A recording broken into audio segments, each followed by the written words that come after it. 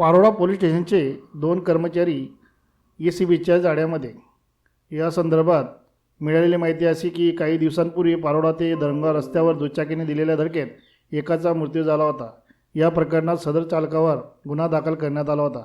या प्रकरणी त्या वाहन चालकाला अटक न करण्यासाठी पारोळा पोलीस स्टेशनचे कार्यरत कॉन्स्टेबल हिरालाल देवीदास पाटील आणि परवीन विश्वास पाटील या 2 कर्मचाऱ्यांनी 30,000 रुपयांची लाचेची मागणी केली होती.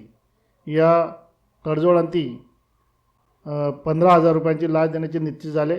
दरम्यान या व्यक्तीने संबंधित प्रकरणात धुळे येथील लाचलुचपत प्रतिबंधक खात्याकडे तक्रार केली होती. येथे या प्रकरणाची खातरजमा करून एक पथक तयार करण्यात आले.